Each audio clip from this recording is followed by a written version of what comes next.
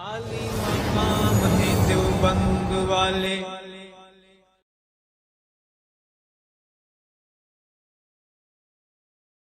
अस्सलामु अलैकुम वरहमतुल्लाहि तआला वबरकातुहु। अल्हम्दुलिल्लाहि रब्बिल आलमीन। नहमदुहु व नस्तईनुहु व नस्तगफिरुहु व नु'मिनु बिही व नतवक्कलु अलैहि व नऊज़ु बिल्लाहि मिन शुरूरि अनफुसिना व मिन सय्यिआति अअमालिना। मन यहदिहिल्लाहु फला मुदिल्ल लहु वमन युद्लिल फला हादिय लहु वनशहदु अल्ला इलाहा इल्लल्लाहु वहदहु ला शरीक लहु वनशहदु अन्न सय्यिदना व हबीबना मुहम्मदन अब्दुहु व रसूलुहु अरसलहु बिल हुदा व दीनिल हक़्क़ि लियुज़हिरहु अलद्दीनि कुल्लिहि वलौ करिहल मुश्रिकून। सल्लल्लाहु अला खैरि खल्क़िहि सय्यिदिना मुहम्मदिन व अला आलिहि व अस्हाबिहि व बारक व सल्लम तस्लीमन कसीरन कसीरा। अम्मा बाद। रब्बि इश्रह ली सदरी व यस्सिर ली अमरी वहलुल उक़दतम मिन लिसानी यफ़क़हू क़ौली। सुब्हानक ला इल्म लना इल्ला मा अल्लमतना इन्नक अंतल अलीमुल हकीम। अल्लाहुम्मा अल्हिमना मराशिद उमूरिना व अइज़ना मिन शुरूरि अनफुसिना व मिन सय्यिआति अअमालिना। अल्लाहुम्मा इजअल खुतबती खुतबतम मुअस्सिरतम फ़ी क़ल्बी वफ़ी क़ुलूबिन नास या अरहमर राहिमीन। फ़अऊज़ु बिल्लाहि मिनश शैत्वानिर रजीम। बिस्मिल्लाहिर रहमानिर रहीम। वअदल्लाहुल्लज़ीना आमनू मिनकुम वअमिलुस स्वालिहात ला यस्तख़लिफ़न्नहुम फ़िल अर्ज़ि कमा इस्तख़लफ़ल्लज़ीना मिन क़ब्लिहिम वलयुमक्किनन्न लहुम दीनहुमुल्लज़ी इर्तज़ा लहुम वलयुबद्दिलन्नहुम मिन बअदि ख़ौफ़िहिम अमना यअबुदूननी ला युश्रिकून बी शैआ वमन कफ़र बअद ज़ालिक फ़उलाइक हुमुल फ़ासिक़ून। सदक़ल्लाहु मौलानल अज़ीम। अल्लाहुम्मा इन्ना नजअलुका फ़ी नुहूरिहिम व नऊज़ु बिക മിൻ ശുറൂരിഹിം। അള്ളാഹുവിൻ്റെ മഹത്തായ അനുഗ്രഹത്താൽ സ്വാതന്ത്ര്യ സമരത്തിൽ ദേവബന്ദി പണ്ഡിതന്മാരുടെ പങ്ക് എന്ന വളരെ വിശാലവും കാലിക പ്രസക്തവും പ്രാധാന്യവും നിറഞ്ഞ ഒരു വിഷയത്തെ പറ്റിയിട്ടുള്ള ഓൺലൈൻ ചർച്ചയിൽ പങ്കാളികളായിക്കൊണ്ടിരിക്കുന്ന സഹോദരങ്ങളെ റബ്ബ് സുബ്ഹാനഹു വ തആല നമ്മെ സ്വീകരിക്കുമാറാകട്ടെ.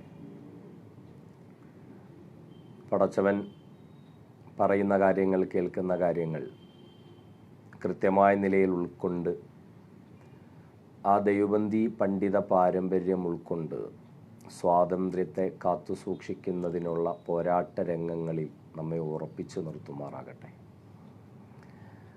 കാലഘട്ടത്തിൽ നമ്മുടെ ദൗത്യം എന്താണ് എന്ന കൃത്യമായ തിരിച്ചറിവോടുകൂടി പ്രവർത്തിക്കുവാനും മറ്റുള്ളവരിലേക്ക് ഈ ഒരു സന്ദേശം എത്തിക്കുവാനും റബ്ബ് സുബ്ഹാനഹു വ തആല തൗഫീഖ് നൽകുമാറാകട്ടെ. ആദ്യമായി ഉലമായെ ദൈവബന്ദ് എന്ന ഈയൊരു പേജിൻ്റെ സംഘാടകരെ അഭിനന്ദിക്കാൻ ആഗ്രഹിക്കുകയാണ്. കാരണം സ്വാതന്ത്ര്യ സമരവുമായി ബന്ധപ്പെട്ടുള്ള ചർച്ചകളിൽ നിന്ന് ദൈവബന്ധി പണ്ഡിതന്മാരെ മാറ്റി നിർത്തുകയും അവരെ പറ്റിയിട്ടുള്ള ചർച്ചകൾ ഇല്ലാതായിക്കൊണ്ടിരിക്കുകയും ചെയ്യുന്ന ഒരു സന്ദർഭത്തിലാണ് ഇങ്ങനെ ഒരു ചർച്ചയ്ക്ക് ഈ ഒരു പേജിലൂടെ ഇതിൻ്റെ അണിയറ പ്രവർത്തകർ അവസരമൊരുക്കിയിരിക്കുന്നത്.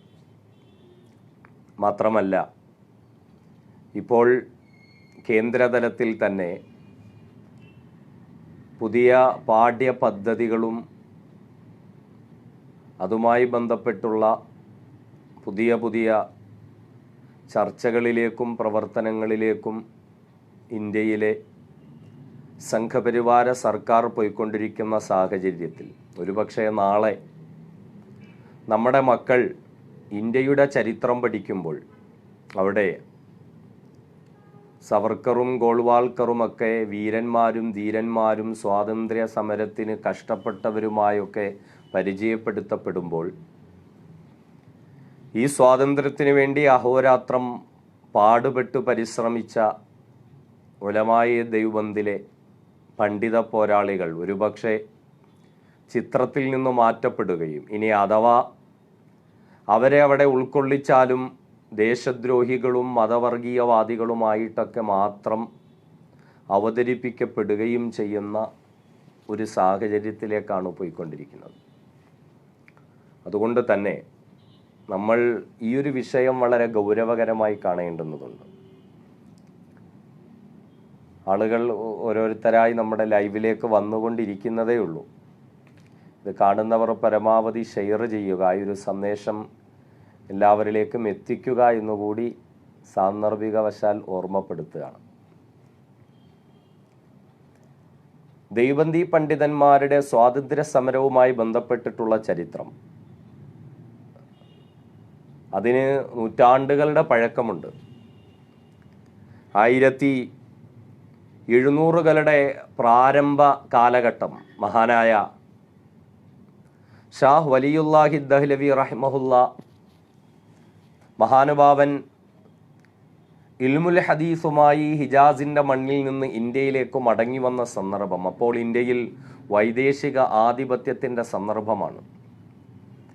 ഇന്ത്യയിലെ ജനങ്ങളെ പിടിച്ചുമുറുക്കിക്കൊണ്ട് വെള്ളക്കാർ ഈ രാജ്യത്തിൻ്റെ സ്വാതന്ത്ര്യം നിഷേധിച്ചു കൊണ്ടിരിക്കുമ്പോൾ മഹാനായ ഷാഹ് വലിയുല്ലാഹി ദഹ്ലവി റഹിമഹുല്ല എന്ന മഹാനായ പണ്ഡിതൻ അദ്ദേഹം ഡൽഹി കേന്ദ്രമാക്കിക്കൊണ്ട് സ്വാതന്ത്ര്യ സമരത്തിനുള്ള ആഹ്വാനങ്ങളും പ്രവർത്തനങ്ങളും നടത്തുകയായിരുന്നു. നമ്മളൊന്നറിയണം, ഇന്ന് സ്വാതന്ത്ര്യ സമര ശില്പികളായി നാം ഉയർത്തിക്കാണുന്ന ആരും ഒരുപക്ഷെ അവരുടെ പിതാക്കന്മാർ പോലും അന്ന് ജനിച്ചിട്ടുണ്ടാകണമെന്നില്ല.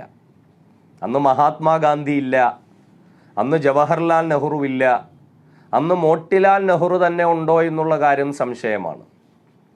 ആ ഒരു സന്ദർഭത്തിലാണ് ദൈവബന്ധി പണ്ഡിതന്മാരുടെ സ്വാതന്ത്ര്യ സമരവുമായി ബന്ധപ്പെട്ടുള്ള ചലനങ്ങൾ നടന്നുകൊണ്ടിരിക്കുന്നത്. മഹാനായ ഷാ വലിയുല്ലാഹി ദഹ്ലവി എന്ന മഹാനായ പണ്ഡിതൻ എന്ന് വെറുതെ പറയുന്നതല്ല, ഇന്ത്യയുമായി ബന്ധപ്പെട്ടുള്ള ഓരോ ഹദീസ് വിദ്യാർത്ഥികളുടെയും ഹദീസിൻ്റെ പരമ്പര ഹബീബായ റസൂൽ സ്വല്ലല്ലാഹു അലൈഹി വസല്ലമ തങ്ങളിലേക്ക് ചെന്നെത്തിച്ചേരണമെങ്കിൽ അവിടെ ഷാ വലിയുല്ലാഹി ദഹ്ലവിയിലൂടെ കടന്നുപോയിട്ടല്ലാതെ പറ്റൂല. അത്രയും വലിയ പണ്ഡിതനാണ്. ഹദീസിൻ്റെ വിജ്ഞാനത്തെ ഇന്ത്യയുമായി ബന്ധിപ്പിച്ച മഹാനായ ഷാഹ് വലിയുല്ലാഹി ദഹ്ലവി റഹിമഹുല്ല അദ്ദേഹം ഇന്ത്യയുടെ മണ്ണിൽ സ്വാതന്ത്ര്യ സമര പോരാട്ടങ്ങൾക്ക് തുടക്കം കുറിച്ചു. വെറുതെയല്ല, മറിച്ച് ഈ സ്വാതന്ത്ര്യ സമര പോരാട്ടങ്ങളൊക്കെ നടക്കുന്നത് ഈമാനിൻ്റെ ഭാഗമായിട്ടായിരുന്നു, വിശ്വാസത്തിൻ്റെ ഭാഗമായിട്ടായിരുന്നു. വിശുദ്ധ ഖുർആൻ ഓതിക്കൊണ്ട് മുസ്ലിമുകളെ അഭിസംബോധന ചെയ്തുകൊണ്ട് സ്വാതന്ത്ര്യ സമരത്തിന് വേണ്ടിയിട്ട് ഷാ വലിയുല്ലാഹി ദഹ്ലവി ആഹ്വാനം നടത്തി. അതോടൊപ്പം ഇന്ത്യയിലെ ഹൈന്ദവരായ സഹോദരങ്ങളെ ഭഗവത്ഗീതയുടെ ഉദ്ധരണികൾ അവരുടെ മുമ്പിൽ വായിച്ച് കേൾപ്പിച്ച് അവരെയും അദ്ദേഹം ഉണർത്തി ഒന്നിച്ച് ഹിന്ദുവിനെയും മുസൽമാനെയും ഒക്കെ ഒന്നു ചേർത്തുകൊണ്ട് മഹാനുഭാവൻ ഇന്ത്യ രാജ്യത്ത് മഹത്തായ സ്വാതന്ത്ര്യ സമരം നടത്തുകയായിരുന്നു. അങ്ങനെ അദ്ദേഹം നടത്തുന്ന സ്വാതന്ത്ര്യ സമരം ഫക്കു കുല്ലി നിളാം, എല്ലാ ബ്രിട്ടീഷുകാരുടെ എല്ലാവിധ സംവിധാനങ്ങളെയും തകർത്ത് തരിപ്പണമാക്കി, ബ്രിട്ടീഷുകാരുടെ എല്ലാവിധ സംവിധാനങ്ങളെയും പരാജയപ്പെടുത്തിക്കൊണ്ട് ഇന്ത്യയിലെ ജനങ്ങളെ ഒന്നുചേർത്ത് വെള്ളക്കാരെ പരാജയപ്പെടുത്തി സ്വാതന്ത്ര്യം നേടിയെടുക്കാനുള്ളൊരു പോരാട്ടം 1700കളുടെ ഇന്നലകളിൽ മഹാനായ ഷാ വലിയുല്ലാഹി ദഹ്ലവി റഹ്മത്തുല്ലാഹി തആല അലൈഹി ആരംഭിക്കുകയായിരുന്നു.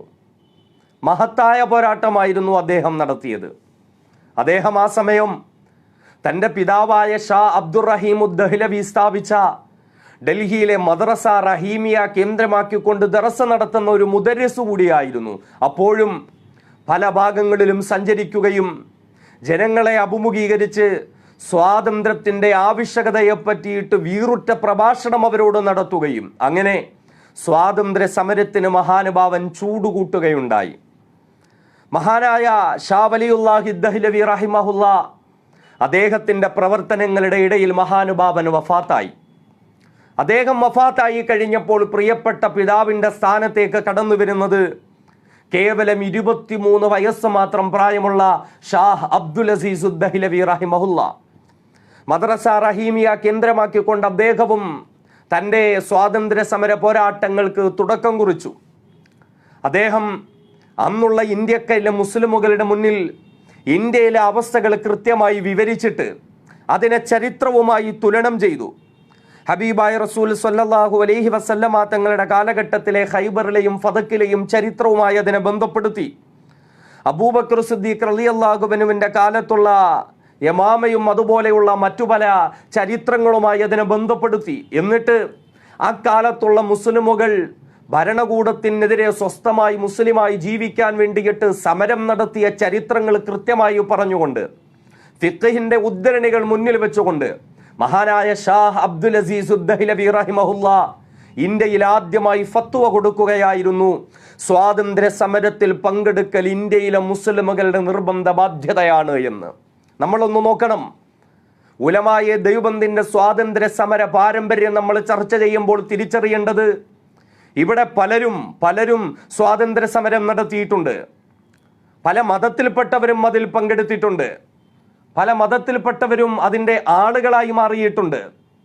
പക്ഷേ എൻ്റെ പ്രിയപ്പെട്ട സഹോദരങ്ങളെ, എന്നാൽ മുസ്ലിമുകളായ പോരാളികൾക്ക് ജിഹാദിൻ്റെ ഫത്വ കൊടുത്തുകൊണ്ട് മഹാനായ ഷാ അബ്ദുൽ അസീസ് ദഹ്ലവി റഹിമഹുല്ലയുടെ കാലഘട്ടത്തിൽ മഹാനുഭാവൻ നടത്തിയ ജിഹാദിൻ്റെ ആഹ്വാനം ഇന്ത്യയിലെ ജനങ്ങൾ ഏറ്റെടുക്കുകയായിരുന്നു. വിശ്വാസത്തിൻ്റെ ഭാഗമായിട്ടായിരുന്നു മുസ്ലിമുകൾ പോരാട്ടം നടത്തിയത്. അതിൻ്റെ പ്രധാന കാരണം ഈ പണ്ഡിതന്മാരായിരുന്നു. ബാക്കിയുള്ളവരൊക്കെ സ്വാതന്ത്ര്യ സമരം നടത്തുന്നത് രാഷ്ട്രത്തിൻ്റെയും രാജ്യത്തിൻ്റെയും തങ്ങളുടെ സ്വാതന്ത്ര്യത്തിൻ്റെയും കാര്യമായിട്ടാണ് എങ്കിൽ ഷാ വലിയുല്ലാഹി ദഹ്ലവിയുടെയും അബ്ദുൽ അസീസ് ദഹ്ലവിയുടെയും ഒക്കെ ഫത്വ പിടിച്ചുകൊണ്ട് മുസ്ലിമുകൾ സ്വാതന്ത്ര്യ സമരം നടത്തിയിരുന്നത് തങ്ങൾ ഏറ്റെടുത്ത വിശ്വാസത്തിൻ്റെ ഭാഗമായിട്ടായിരുന്നു. ഉൾക്കൊണ്ട വിശ്വാസത്തിൻ്റെ ഈമാനിൻ്റെ ഭാഗമായി കൊണ്ടായിരുന്നു സ്വാതന്ത്ര്യ സമരവുമായി ബന്ധപ്പെട്ടുകൊണ്ട് മഹത്തുക്കൾ അവരുടെ ആഹ്വാനങ്ങൾ നടത്തിക്കൊണ്ടിരുന്നത്. അങ്ങനെ ഈ ഒരു ഫത്വയിലൂടെ ആളിക്കത്തുകയുണ്ടായി ജിഹാദിൻ്റെ രംഗം. സ്വാതന്ത്ര്യ സമരത്തിൻ്റെ രണാഗ്നിക്ക് ചൂടുപിടിക്കുകയുണ്ടായി. അതിൻ്റെ പേരിൽ ബ്രിട്ടീഷുകാർ ഒരുപാട് കഷ്ടപ്പെടുത്തി ഈ പണ്ഡിതന്മാരെ. ഇവരുടെ ഷാ വലിയുല്ലാഹി ദഹ്ലവിയുടെയും ഷാ അബ്ദുൽ അസീസ് ദഹ്ലവിയുടെയും ഒക്കെ പിതാവായ അബ്ദുറഹീം ദഹ്ലവി റഹിമഹുല്ലാ മഹാനുഭാവൻ ഡൽഹിയിൽ സ്ഥാപിച്ച മദ്രസ റഹീമിയ എന്ന സ്ഥാപനം അത് ബ്രിട്ടീഷുകാർ തല്ലി തകർത്ത് കളഞ്ഞു. അത് പിന്നീട് കളിക്കളമായി മാറി. ഇന്ന് ഡൽഹിയിലെ അരുൺ ജെയ്റ്റ്ലി എന്ന ക്രിക്കറ്റ് സ്റ്റേഡിയം, ഒരു വർഷം മുമ്പ് വരെയും ഫിറോസ് ഷാ കോട്ട്ല എന്നായിരുന്നു അതിൻ്റെ പേര്, അവിടെ ഈ മദ്രസ റഹീമിയ സ്ഥിതി ചെയ്യുകയായിരുന്നു. ആയിരക്കണക്കിന് അപൂർവ ഗ്രന്ഥങ്ങൾ ഉൾക്കൊള്ളുന്നതായ അവിടുത്തെ ഗ്രന്ഥശേഖരം വരെ ബ്രിട്ടീഷുകാർ തീയിട്ട് കരിച്ച് എരിച്ചു കളഞ്ഞു. കാരണം ഈ പണ്ഡിതന്മാർ സ്വാതന്ത്ര്യ സമരത്തിന് വേണ്ടി നടത്ത ആഹ്വാനങ്ങളും അവരുടെ ഫത്വകളുമായിരുന്നു പ്രധാനപ്പെട്ട കാരണം. അതിൻ്റെ പേരിൽ ആയിരക്കണക്കിന് പണ്ഡിതന്മാരെ ഡൽഹിയുടെ തെരുവോരങ്ങളിൽ കൊന്നു. എത്രയോ പള്ളികൾ ഇടിച്ച് നിരത്തി, എത്രയോ മദ്രസകൾ നിരത്തി, എത്രയോ ഉലമാക്കളെ കൊന്നു. തെരുവോരങ്ങളിൽ മുസ്ലിമുകളായ പണ്ഡിതന്മാരെ മരത്തിൽ കെട്ടിത്തൂക്കിയിട്ട് കൊന്നു, വെടിവെച്ചു കൊന്നു. അതിക്രൂരമായി പല നിലയിലും അവരെ കൊലപ്പെടുത്തുകയുണ്ടായി. അങ്ങനെ ഈ ഒരു അവസരം ആളിക്കത്തിക്കൊണ്ടിരിക്കുമ്പോൾ മഹത്തുക്കളായ ഉലമായ ദൈവബന്ദ് ഈ ഒരു അവസരം കൃത്യമായി തിരിച്ചറിഞ്ഞുകൊണ്ട് അവർ പോരാട്ട രംഗത്തേക്ക് കടന്നു വന്നു. മഹാനായ അബുൽ ഇർഫാൻ സയ്യിദ് അഹ്മദ് ഷഹീദ് റഹിമഹുല്ലയും ഷഹീദ് മുഹമ്മദ് ഇസ്മായിൽ ഉദ്ദഹിലവി റഹിമഹുല്ലയും അവർ പോരാട്ടത്തിന്റെ മാർഗത്തിലേക്ക് ഇറങ്ങി. എന്ന് പറഞ്ഞാൽ മദർസയുടെ ഒരു ഭാഗത്തിരുന്നുകൊണ്ട് ഫത്വ കൊടുക്കലല്ല പണി. ഇവരൊക്കെ ആരാണ്? സയ്യിദ് അഹമ്മദ് ഷഹീദ് റഹിമഹുല്ലയും ഷഹീദ് മുഹമ്മദ് ഇസ്മായിൽ ഉദ്ദഹിലവി റഹിമഹുല്ലയും ഒക്കെ വലിയ വലിയ തസവ്വുഫിന്റെ മശായിഖന്മാരായിരുന്നു. ഇവരുടെ തസവ്വുഫ് പോരാട്ടത്തിന്റെ തസവ്വുഫായിരുന്നു. ആ തസവ്വുഫിന്റെ മാർഗത്തിൽ അവർ അണിനിരന്നപ്പോൾ 900-ഓളം പോരാളികളെയും 10,000-കണക്കിന് ശിഷ്യന്മാരെയും ഒന്നു ചേർത്തുകൊണ്ട് ആ മഹത്തുക്കൾ പോരാട്ടത്തിനിറങ്ങി. ബ്രിട്ടീഷുകാർ കൈയടക്കി വെച്ചിരിക്കുന്ന, കൊള്ളയടിക്കുന്ന, സ്ത്രീകളെ മാനഭംഗം ചെയ്യുന്ന പ്രദേശങ്ങളിലേക്ക് ഈ മഹത്തുക്കൾ 10,000-കണക്കിന് പോരാളികളുമായി കടന്നു ചെല്ലുകയായിരുന്നു. അന്ന് ബ്രിട്ടീഷുകാരോടൊപ്പം നിന്ന രഞ്ജിത്ത് സിംഗ് എന്ന പേരുള്ള ഒരു സിഖ് രാജാവുണ്ടായിരുന്നു.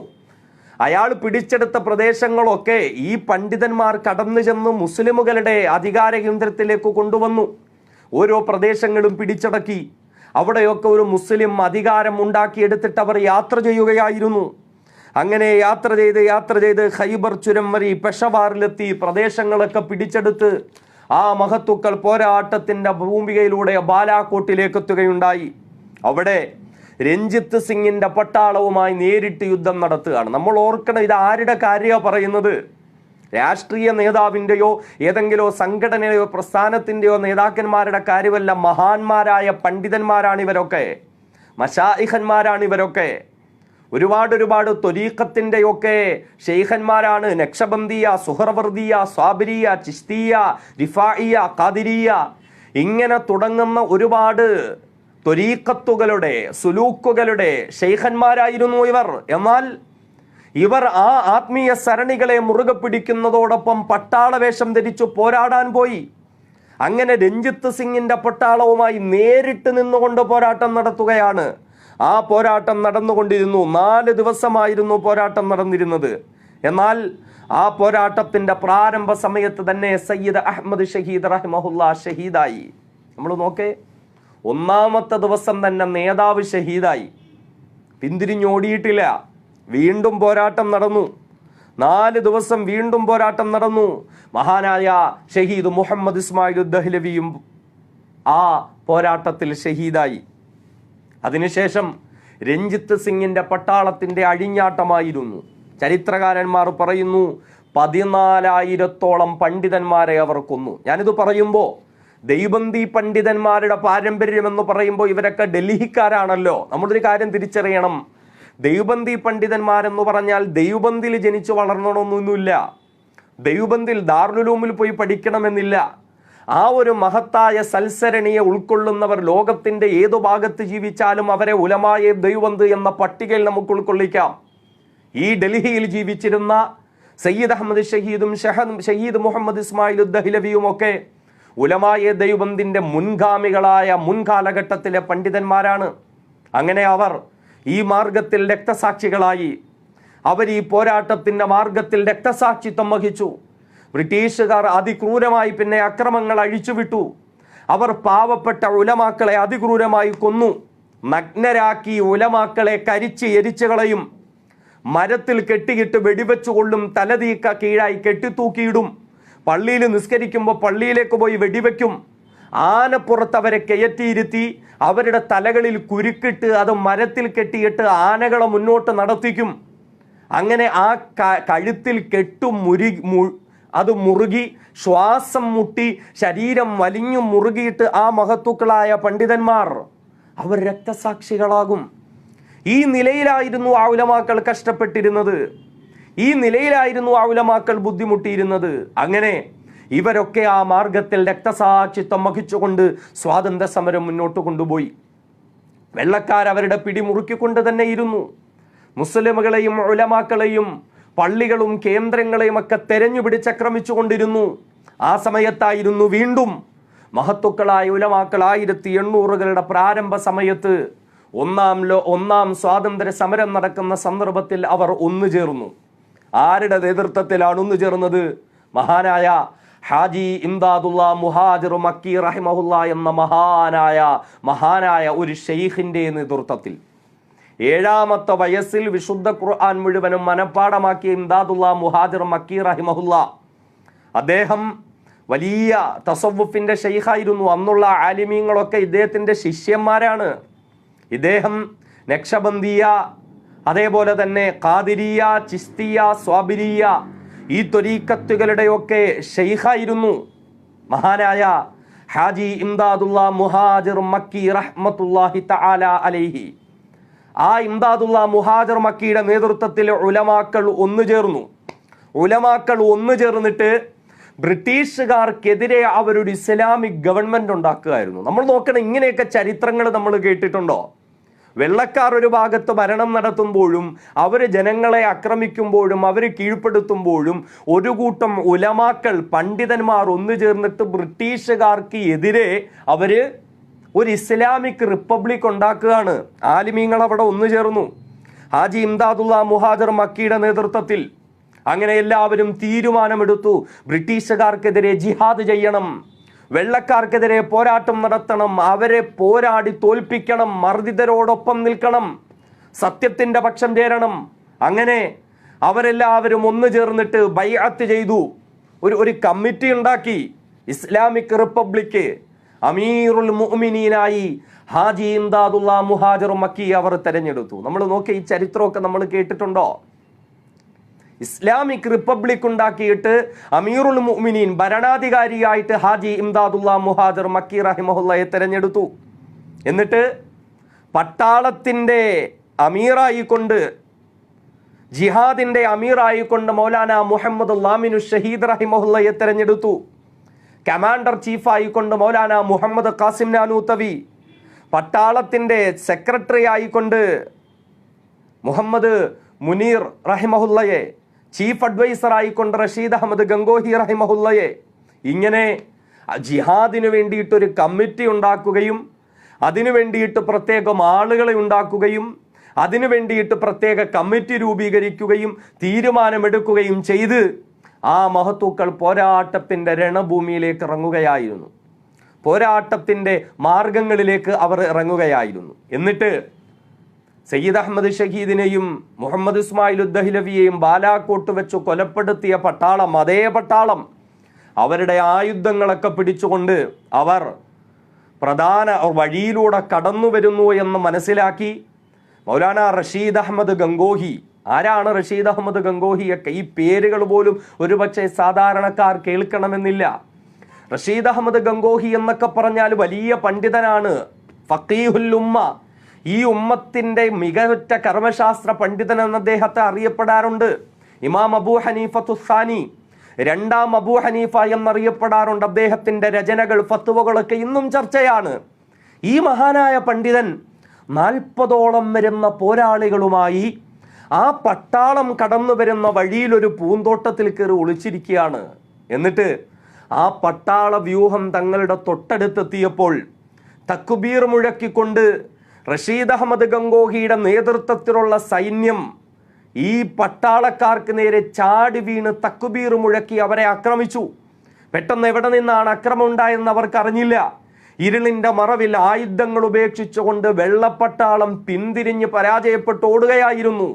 മഹാനായ മൗലാന റഷീദ് അഹമ്മദ് ഗംഗോഹി റഹ്മത്തുള്ളാഹി തആല അലൈഹി അവരുപേക്ഷിച്ചിട്ട് പോയ ആയുധങ്ങളും തോക്കുകളും പീരങ്കികളും എല്ലാം വലിച്ചടച്ചു കൊണ്ടുവന്ന് മഹാനായ ഇംദാദുള്ള മുഹാജിർ മക്കിയുടെ മുന്നിലേക്ക് കൊണ്ടുവന്നിടുകയുണ്ടായി. അന്നത്തെ പിടികിട്ട പുള്ളികളായിട്ട് ഈ ഉലമാക്കളെ പ്രഖ്യാപിക്കുകയായിരുന്നു. നമ്മൾ നോക്കേ, റഷീദ് അഹമ്മദ് ഗംഗോഹിയുടെ തലയ്ക്ക് അന്ന് ബ്രിട്ടീഷ് ഭരണകൂടം വില പറഞ്ഞിട്ടുണ്ടായിരുന്നു, പിടിച്ചു തരുന്നവർക്ക് ഇത്ര രൂപ തരുമെന്ന്. ഹാജി ഇംദാദുള്ള മുഹാജിർ മക്കിയെ പിടിച്ചിരുന്നവർക്ക് ഇത്ര പണം തരുമെന്ന് പറഞ്ഞിട്ട് അവരുടെ തലയ്ക്ക് വെള്ളപ്പട്ടാളം വിലയിട്ടിരുന്നു. ഇത് ആരുടെ കാര്യമാണ് പറയുന്നത്? മഹത്തുക്കളായ ദൈവബന്ദി പണ്ഡിതന്മാരുടെ ചരിത്രം. ഭരണകൂടം തലയ്ക്ക് വിലയിട്ടു ആ പണ്ഡിതന്മാരുടെ.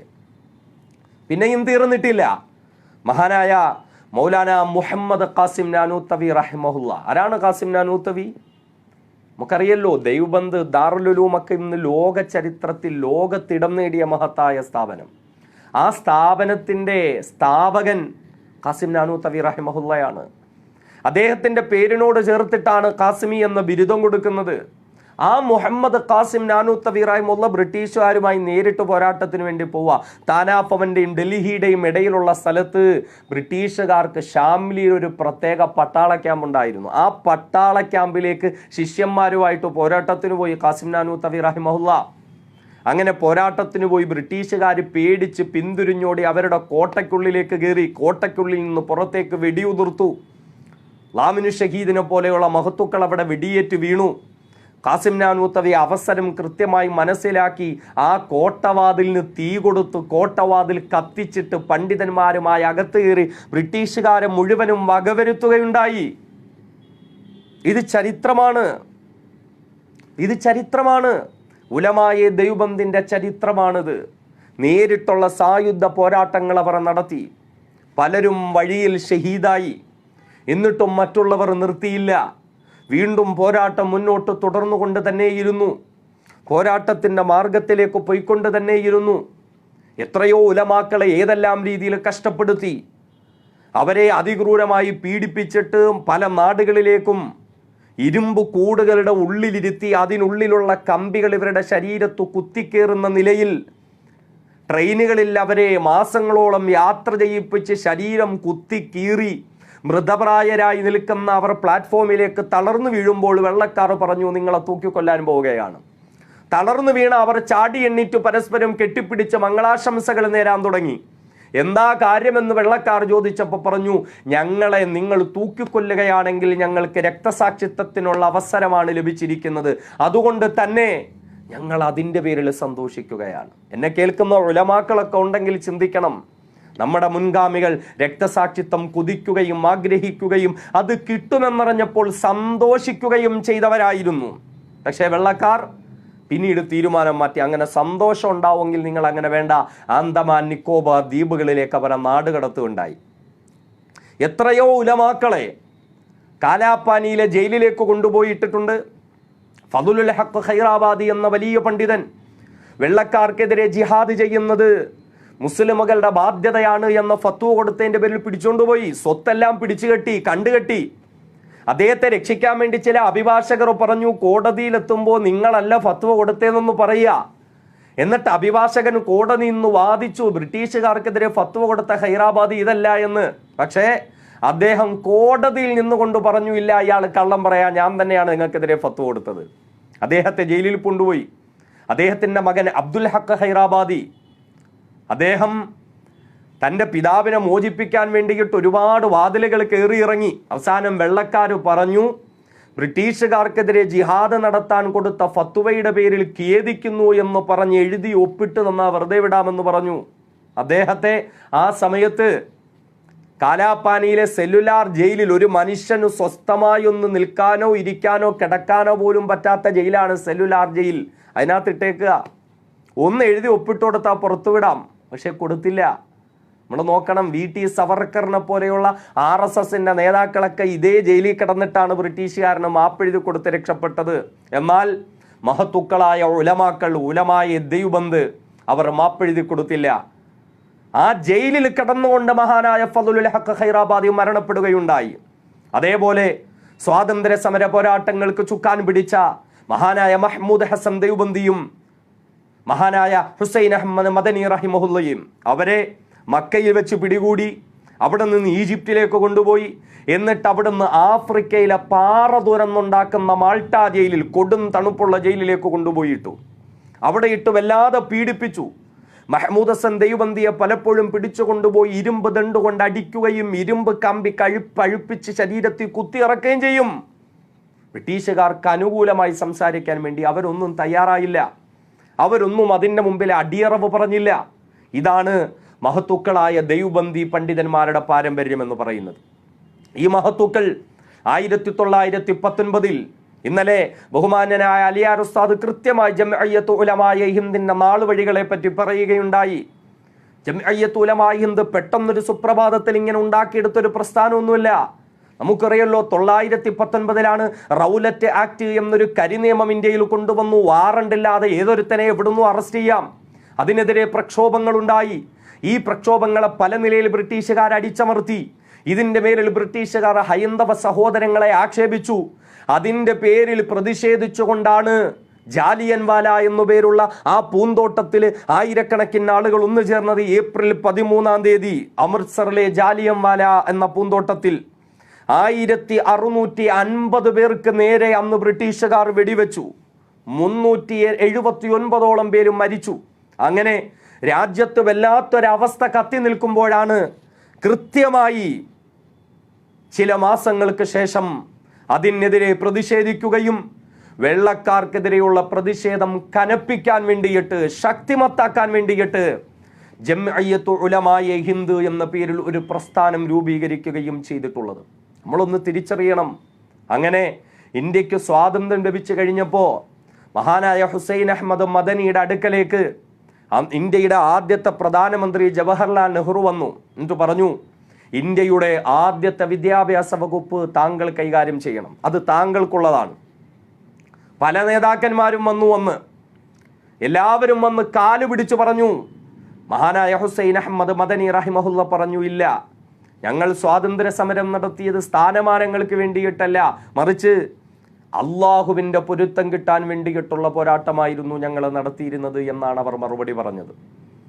വീണ്ടും അദ്ദേഹത്തെ നിർബന്ധിച്ചപ്പോൾ മഹാനുഭാവൻ നിർദ്ദേശിച്ചു, എങ്കിൽ മൗലാന അബുൽ കലാം ആസാദിനെ നിങ്ങൾ വിദ്യാഭ്യാസ വകുപ്പ് മന്ത്രിയാക്കുക. അങ്ങനെയാണ് അബുൽ കലാം ആസാദ് വിദ്യാഭ്യാസ വകുപ്പ് മന്ത്രിയായത്. എന്നിട്ട് ഇന്ത്യ രാജ്യത്ത് ആദ്യത്തെ പത്മഭൂഷൺ അവാർഡ്, വിദ്യാഭ്യാസ സാഹിത്യ രംഗത്തുള്ള പ്രവർത്തനങ്ങൾക്ക് വേണ്ടി ഇന്ത്യയിലെ ആദ്യത്തെ പത്മഭൂഷൺ അവാർഡ് ലഭിച്ചത് ജംഇയ്യത്ത് ഉലമായെ ഹിന്ദിന്റെ നേതാവ് മഹാനായ ഹുസൈൻ അഹമ്മദ് മദനി റഹിമഹുല്ലയ്ക്കായിരുന്നു. വീണ്ടും ചില വർഷങ്ങൾക്ക് മുമ്പാണ് മഹാനുഭാവന്റെ ഫോട്ടോ വെച്ചുകൊണ്ട് ഇന്ത്യ ഗവൺമെന്റ് വീണ്ടും സ്റ്റാമ്പ് ഇറക്കി അങ്ങനെയുള്ള മഹത്തുക്കളെ ആദരിക്കുന്നത്. നമ്മൾ തിരിച്ചറിയേണ്ടത്, അന്ന് ഇന്ത്യക്ക് സ്വാതന്ത്ര്യം കിട്ടുമ്പോൾ ഇന്ത്യയിലെ കോൺഗ്രസ് പാർട്ടിക്കൊക്കെ കൃത്യമായ ബോധമുണ്ടായിരുന്നു. ഈ പണ്ഡിതന്മാരെ ഒപ്പം നിർത്തിയിട്ടല്ലാതെ തങ്ങൾക്ക് മുന്നോട്ട് പോകാൻ പറ്റൂല എന്ന്. ഈ പണ്ഡിതന്മാരുടെ ജംഇയ്യത്ത് ഉലമായെ ഹിന്ദിന്റെ സമ്മേളനത്തിൽ ജവഹർലാൽ നെഹ്റു പങ്കെടുത്തിട്ട് പറഞ്ഞിട്ടുണ്ട്, ഈ മഹത്തുക്കളുടെ കാലിൽ ചുംബിക്കാൻ ഞാൻ ഇഷ്ടപ്പെടുന്നു, അവരുടെ കാൽ കീഴിലുള്ള മണലുകൾക്ക് പോലും മഹത്വമുണ്ട് എന്ന് ജവഹർലാൽ നെഹ്റു പറയുകയുണ്ടായി. കാരണം ഈ മഹത്തുക്കൾ രാജ്യത്തിന് വേണ്ടി നടത്തിയിട്ടുള്ള സേവനം അത്രത്തോളമായിരുന്നു, അവരുടെ പോരാട്ട വീര്യം അത്രത്തോളമായിരുന്നു. അതുകൊണ്ട് സഹോദരങ്ങളെ, ഈ ദൈവബന്ദി പണ്ഡിതന്മാരുടെ പോരാട്ട വീര്യവും അവരുടെ ചരിത്രവുമൊക്കെ ഇന്ന് മറക്കുമ്പോൾ, അത് മറയ്ക്കാൻ ശ്രമിക്കുമ്പോൾ കൃത്യമായി നമ്മൾ പഠിക്കുകയും എന്നിട്ട് ആ പണ്ഡിത മഹത്തുക്കളുടെ പാത പിൻപറ്റാൻ തയ്യാറാവുകയും ചെയ്യണം. അവർ പഠിപ്പിച്ചു തന്ന ജീവിതം നമ്മുടെ ജീവിതമാക്കി മാറ്റണം. വർത്തമാന സാഹചര്യത്തിൽ ഈ രാജ്യത്തെ തകർത്ത് തരിപ്പണമാക്കാൻ വേണ്ടി RSS നേതൃത്വം കൊടുക്കുന്ന NDA സർക്കാർ ശ്രമിച്ചുകൊണ്ടിരിക്കുമ്പോൾ ഇവിടെ വിദ്യാഭ്യാസ രംഗം തകർന്നു പോവുകയാണ്. കേന്ദ്ര വിദ്യാഭ്യാസ നയം എന്ന് പറഞ്ഞുകൊണ്ട് പുതിയ എന്തൊക്കെയോ പരിപാടികൾ കൊണ്ടുവരുന്നു. ബ്രാഹ്മണിസം അടിച്ചേൽപ്പിക്കാൻ വേണ്ടിയുള്ള ശ്രമം നടന്നുകൊണ്ടിരിക്കുകയാണ്. വിദ്യാഭ്യാസ രംഗം പിടിച്ചെടുക്കുന്നു. നാളെ സവർക്കറും അതേപോലെയുള്ള ഗോൾവാൾക്കറും ഒക്കെ വീരനായകന്മാരായി പാട്ടിപ്പുകഴ്ത്തപ്പെടുമ്പോഴും സ്വാതന്ത്ര്യത്തിന് വേണ്ടി കഷ്ടപ്പെട്ട മഹത്തുക്കളെയൊക്കെ ദേശദ്രോഹികളായി മുദ്രകുത്തുന്ന വിദ്യാഭ്യാസ നയം വരികയാണ്. ഇവിടെ കൃത്യമായി നമ്മൾ ഇടപെടേണ്ടുന്നതായിട്ടുണ്ട്. ഉലമായെ ദൈവബന്ദ് ബ്രിട്ടീഷുകാരുടെ കാലഘട്ടത്തിൽ രാജ്യത്തെ വളർന്നു വരുന്ന വിദ്യാർത്ഥി സമൂഹത്തിന്റെ സംസ്കാരത്തെ തകർത്ത് കളയുന്ന വെള്ളക്കാരുടെ വിദ്യാഭ്യാസ നടപടികൾക്കെതിരെ ശബ്ദിക്കുകയും ആ വിദ്യാഭ്യാസം നേടൽ ഹറാമാണെന്ന് ഫത്വ കൊടുക്കുകയും ചെയ്തു എങ്കിൽ വർത്തമാനകാല സാഹചര്യത്തിലും നമുക്കതിന് സാധ്യമാകേണ്ടുന്നതുണ്ട്. വെള്ളക്കാർക്കെതിരെ ജിഹാദ് നടത്തൽ ഫത്വയാണെന്ന് ഉലമായെ ദൈവബന്ദ് ഫത്വ കൊടുത്തു എങ്കിൽ, ജിഹാദ് നടത്തുന്നതിന് ആഹ്വാനം ചെയ്തുകൊണ്ട് ഫത്വ കൊടുത്തു എങ്കിൽ ആ കാലഘട്ടം നോക്കെ. അന്ന് ഇവിടുത്തെ വ്യവസായശാലകളിലെ പാവപ്പെട്ട മനുഷ്യർക്ക് കൂലിയില്ല.